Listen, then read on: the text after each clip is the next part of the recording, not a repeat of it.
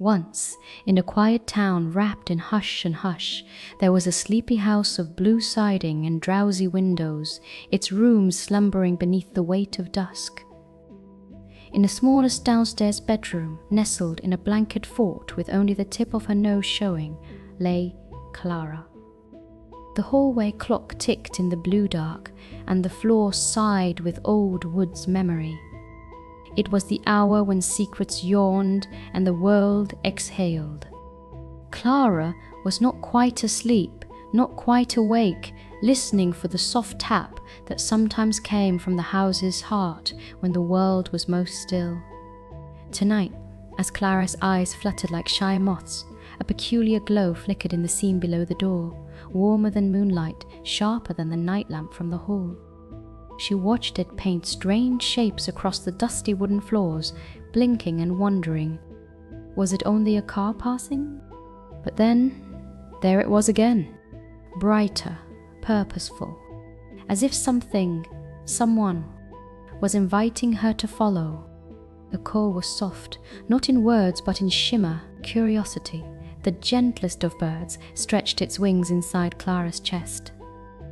She slipped out from her fort, bare feet like whispers, and tiptoed to the door. She paused, listening, only the slow tick-tock, the low sigh of the house settling deeper into sleep. The light was waiting. Clara turned the knob and peeked into the hallway, a corridor washed with blue and teal, etched with the invitation of golden glow further down, bending around the corner by the stairs. She listened, just silence, humming like velvet. The golden beam danced further ahead, as if skipping playfully, chasing its own ghost down the stairs. Clara followed, her heart a gentle drum, breath misting in the hush. The stairwell seemed suddenly vast, each step echoing gently in the quiet. On the landing below, the light spilled through the banister and caught dust motes in its path. It looked like a star fallen into the heart of the house, waiting. Clara's feet carried her down. The air was tense, full of secret softness, as if she would stepped into a story without knowing the ending.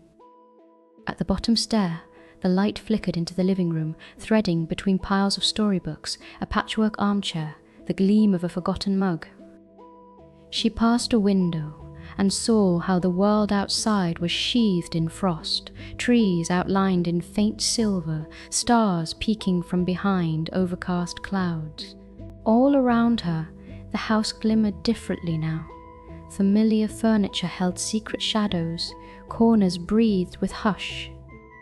She found herself among layers of blue and teal. The muted hum of a world paused. Then, there it was, the glimmering light twirling at the edge of the old study door where her mother sometimes worked late, murmuring into piles of papers. The doorknob gleamed, cool to her touch, as she pressed gently and entered. Inside, the study was a coliseum of silence, the lamp's light perched on the edge of the desk, leaning over scattered photographs, notebooks, and a single, open envelope, the source of the magical glow. Clara's breath caught. The light pulsed softly from the envelope, as if a tiny sun had become trapped in its parchment, waiting for her to see. The room hummed with a gentle energy, like the low chord of a secret not meant to frighten, only to beckon. Clara edged closer, her reflection caught on the dark glass of the window behind the desk, a silhouette amidst the gleam. In her mother's neat handwriting, the paper peeking from the envelope read, "For Clara, on a night when you cannot sleep." Underneath, more words spiraled, inviting her into a story. There is always a small light, even in the thickest night. Follow it bravely, and you will find your way home, awake or dreaming. Her throat tightened sweetly. The message did not scare her. It filled her up with warmth, as if someone had wrapped her in the gentlest blanket. She sat on the rug, the letters light enveloping her, and remembered every soft thing, the smell of her mother's hair, lullabies from down the hall, how stories could turn storms into whispering trees. She realized the light had not called her to chase a secret, only to remember the gentle magic always flickering just beyond worries. Outside, the world held its breath. Inside, time slowed to a peaceful hush. Clara closed the letter, heart full, and headed back toward the stairs, carrying the envelope in both hands. The mysterious light faded to a gentle, steady warmth, enough to guide her up each step. As she moved through the house, it no longer felt full of secrets, but instead filled with every small kindness she would ever known: a mother's hug, a favorite song, the tick-tock that led her gently to dreams. Upstairs in her cozy room, Clara slipped beneath her blankets, clutching the letter. The clock on the hallway wall glowed faintly in the same soft blue.